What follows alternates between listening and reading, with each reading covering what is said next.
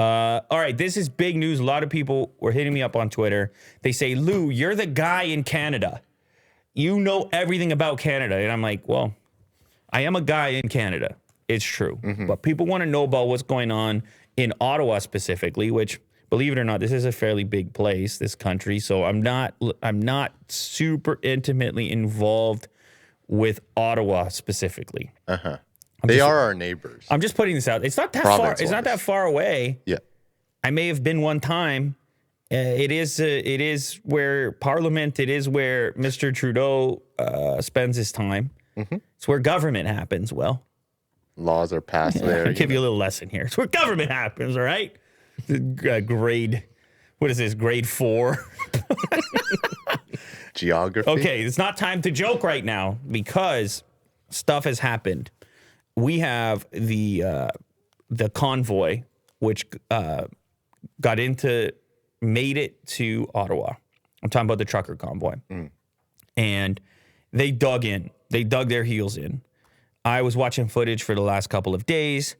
I got to be honest. What I'm seeing online, I'm seeing some partying. I'm seeing some live music. Concerts, I'm seeing, a fairly and cold weather. By the way, yeah, braving that cold weather. I'm seeing on the content fairly decent spirits given the weather, but I am also seeing a bunch of trucks in the middle of the road, which is kind of the point. And a police presence, which really hasn't been there very much from what I'm seeing. Again, you're asking me to comment on something that's in Ottawa. There have been police, but I started doing some research this morning and come to realize they've been through like police chiefs over there. The first guy, he resigns 2 days, two days ago. Yeah. Man. Oh my God. Yeah, man. And then there's a guy from Kitchener Waterloo, and they sort of hire him. They're like, yeah, come sort this out for us. He's there for 2 days before he puts his letter of resignation because of the entire situation. Apparently, the way that he was hired wasn't done the right way. It's all very complex. But they have an interim police chief right now, and they have escalated their efforts. As of today, not as of today, I guess technically yesterday, because Trudeau put this emergency act in.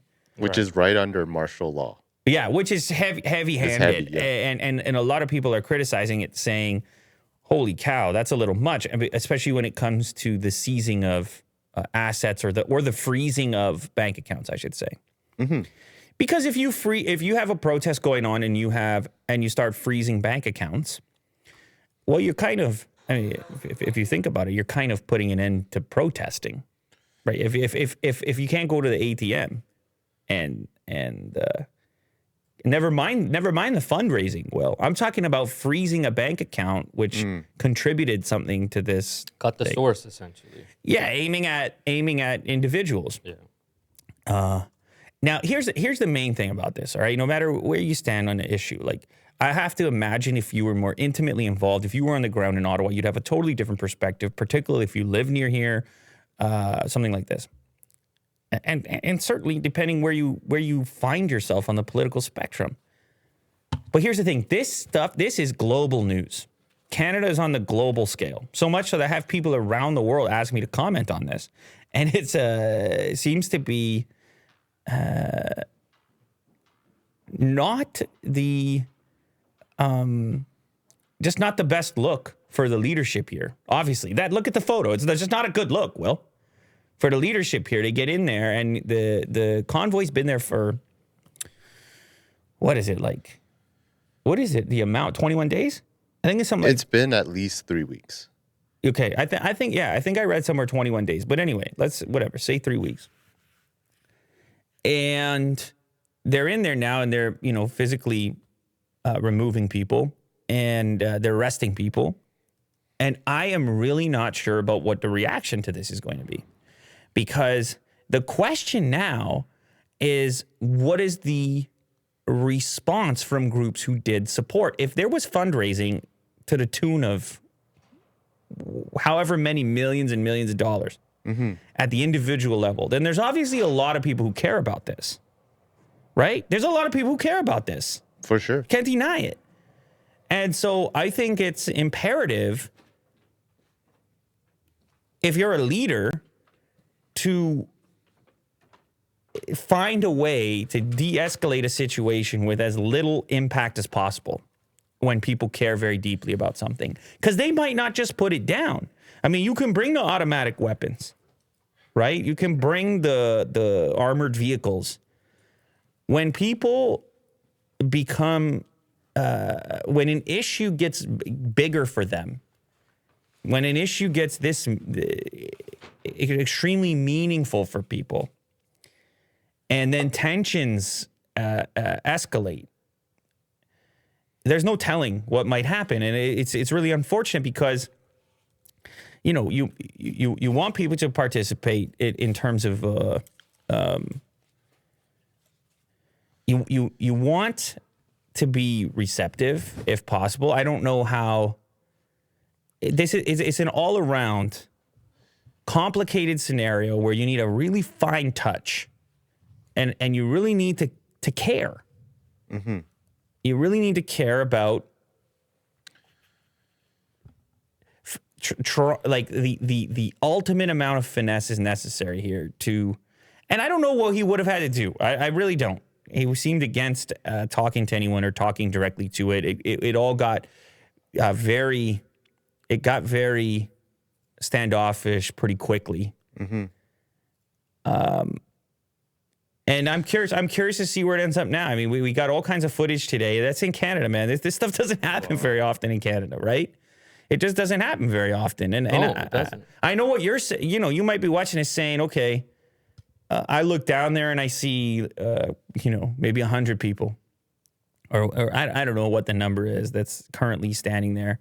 There's been threats of arrest for a while now. There's been talks of civil suits and suing truck drivers. I mean, all their identities are pretty well known. You can, all these trucks have all types of identifiers on them. So some people dispersed, others no. They started bringing in tow trucks today to try to move these things. Mm-hmm. But let me tell you something, man. Like the world is definitely watching, from what I can tell. Yeah, their message is being heard. On my dashboard, on my Google Trends, and just my own replies, everyone say, "Come on, Mr. Canada, let's hear about it. Mm-hmm. What's happening? What's going on?" Let me ask you guys a question. Based on maybe the media and what you've seen, have you seen any violence on the Freedom Convoy side?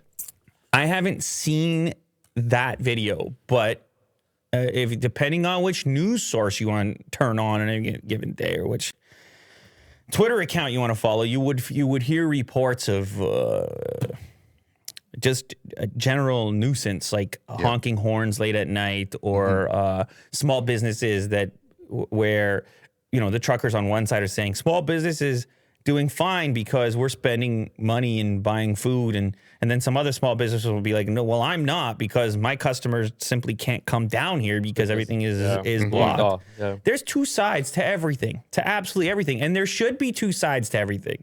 It would be great if we could all imagine ourselves as being on both sides. I mean, that would be sympathy. That would be leadership, or understanding, or a willingness to attempt to understand. Right. Like, that would be leadership, to say, okay, we have two different points of view. We have two different stances here. And I'm going to showcase my ability to perceive these alternative points of view. And the craziest part about all of this is that it's happening now, just as things are starting to ease up. Yeah. As far as COVID, like, the whole thing was about them being able to cross they had to do the mandates. In order to cross the border, they had to show credentials. They had to prove their vaccination. Yeah. And they were saying, we don't want to do that when we cross the border. And now, in this province, as of March 1st, the vaccination passport, they've already said so it's like it's boiling over at a time where things were already going that direction. Mm-hmm, mm-hmm. So this to me is like An overreaction. It's just a missed opportunity. It's just a missed opportunity for. And I'm not saying it's easy, by the way, to have cohesion between parties, to get along. I'm not saying it's easy. And this has been the case, not just in Canada, but in the U.S. and all over everywhere this is getting picked up. Australia, and I'm watching news clips from everywhere. And it seems that there's more and more distance being created. Yeah. It seems like the gap keeps getting larger and people keep getting pushed further apart. And it's like, I can't even talk to you because you have this point of view. Right. And I think it's a really risky approach to really focus on differences and not reach for similarities or not reach for an interface. The middle ground. And just an interface. Just like, I want to know how the people think around me. And I want to hear multiple points of view. And I want to, not because I necessarily want to have my mind changed, which could happen. Right. But more so because of to have a sense of awareness of what the fabric of the thing I'm participating is actually like, and not how it's supposed to sound, but what it's actually like. So what do you think the medium is? I think they should be on like join Joe Rogan on like a podcast. Who are you talking about? Trudeau and No, Trudeau's not doing. The interface would have been. I'm just talking about like all he had to do was go on TV early on, and instead of using some of the words that he used, which were very accusatory right away, all he had to do. Well, yeah, that's a mistake right there. Yeah. Was at the beginning. All he had to do was appear to be listening. That's it. I realize that here's an issue that really matters to you guys. And I realize that's why you're out there. And I want to open a dialogue to figure out a way to satisfy all parties. Because it's not about the guys who are actually there in the street. It's all these other indicators and data points that seem to indicate that it's a bigger picture issue. And these data points that I'm talking about are the scale of the story, are all this variety of contributors, of people who are willing to donate money. This is the real story. It's not the few hundred people who are there. So if you get loose with your language, or if you become, if you're not surgical with the words you're using, Right. then the risk is far greater than simply the small group of people who are physically there. Yeah. And so I'm sitting here sound like I got some kind of plan here or solution. First of all, no one's asking me. And second of all, if they were, there's not much that I could do about it. But that to me, the whole thing has just looked a little bit amateur. Just a little bit. On both sides? Just not very sophisticated. Well, on this side, this is a kind of like they organize via social media and there's no clear leadership. And on the other side, I mean, there were leaders amongst them, I presume, but it was a lot more loose. On the other side is the government of the country. Who's supposed to be a lot more organized. Right. And then they had the police chiefs and this and that. And the whole thing, it just looks like, and you can see the headline in the top right suggested, you're watching live Ottawa raw footage. And it's like, Trudeau has lost control of Canada. And then someone tells him that, hey, there's international publications making these claims. And they never talk about Canada, ever. No. And it doesn't make the news. They much. never talk. We're always observing. Yeah. Instead of being observed. And here we are being observed. But like I said, it's always easier to be on the outside, armchair quarterback style. And especially in the rear view, especially in retrospect, say, just all you got to do is this. Yeah.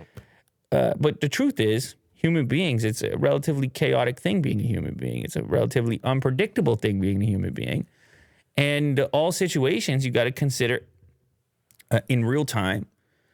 And this is why you got to have quick thinking. You got to have sophisticated people. You have to have capable people in these positions where we really need it.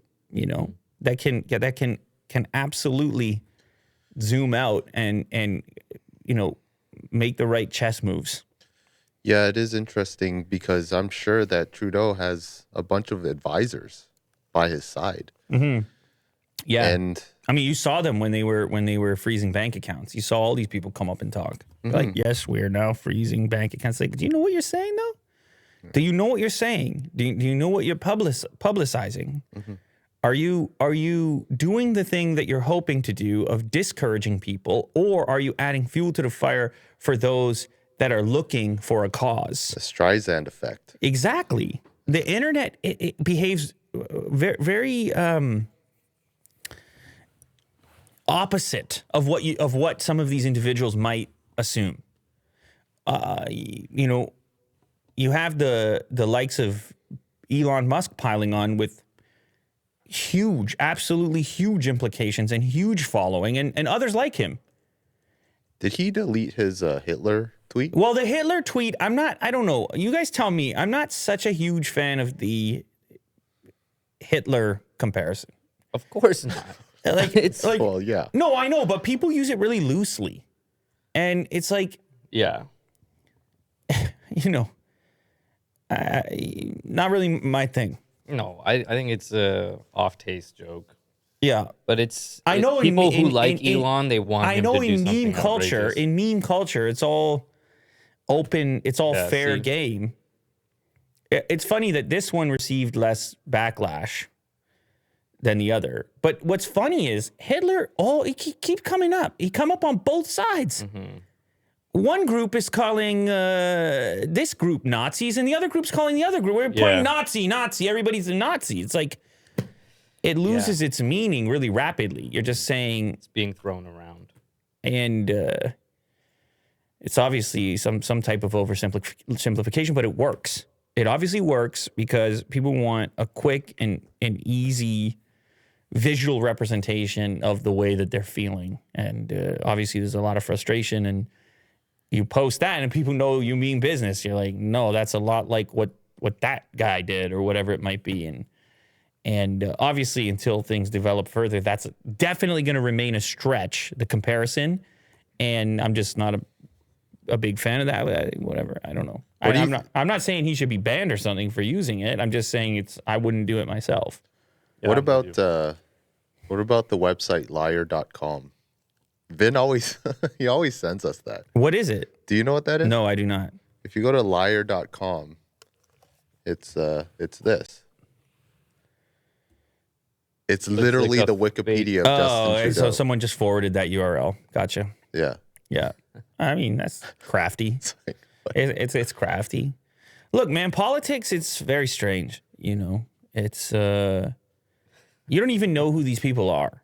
When he goes on a microphone, you're just like, who is this person? Just like you said, Will, with advisors and scripts, and he seems so uncomfortable. It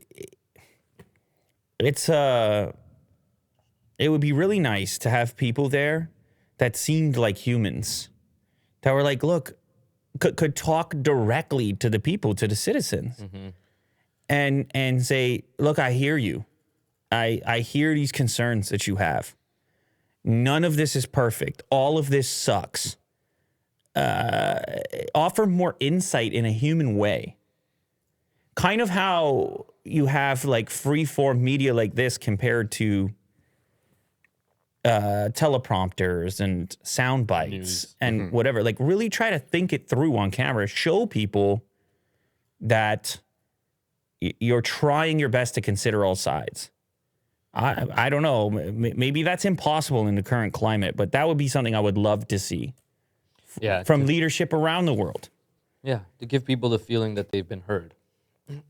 As wide-reaching as possible. Right. Everybody's a citizen. Everybody has a vote. This idea that like one citizen is less than the other, man, it feels like a recipe for disaster at some point. And I'm saying both. I'm saying both ways. I'm saying, elevating only Compassion on both sides. Yeah, whatever. I don't know. And speaking about the cops there too, arresting people, like, do they even want to be there?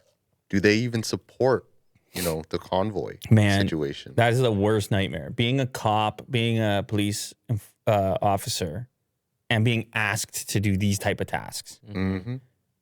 Whatever the political cause happens to be, whatever the protest happens to be. Yeah. To go in there and in this disconnected way be the enforcer. Not a position. Early morning, it's just like, this is what you have to do today. Not a This position. is your task. Not a position. And it's your job still. Yeah, that's you've taken an oath. That's a thing that also seems to lack a little bit of texture from the average person looking. Like, I know police officers. Mm-hmm. And I know police officers that got called from around here to go to Ottawa. Really? Oh, yeah. Wow. Yeah, they've been calling for reinforcements. They wanted, 1,400 officers. Where are you going to get them from? Toronto, obviously. Yeah. Yeah. Makes sense. And pull them away from their families, too. Oh, there's plenty of police officers over there that are away from their families right now. I mean, even some of the pictures and videos we were seeing, how many highlighter jackets did you see? Yeah. Tons. Yeah. So it's an ugly one all around, and it's not too late. Justin, get on the mic, man.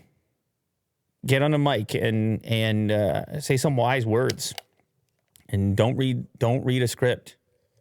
And be human about it. It's just better. It's just better. It doesn't matter what your political viewpoint is. The way you deliver the message matters here, and your ability to showcase that you are interested in getting to the bottom of what's happening with your citizens. All of them.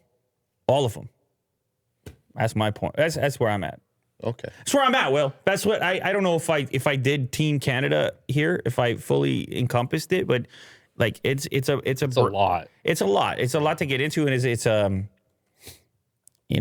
the part that is interesting to me is not all the way down on the like per issue level. It's on the big picture in how this whole system works and how we all interact with each other and how we are able to ensure that we're doing as much as we can for as many people as we can. You know what I mean? That's the challenge. Yeah. Anyway.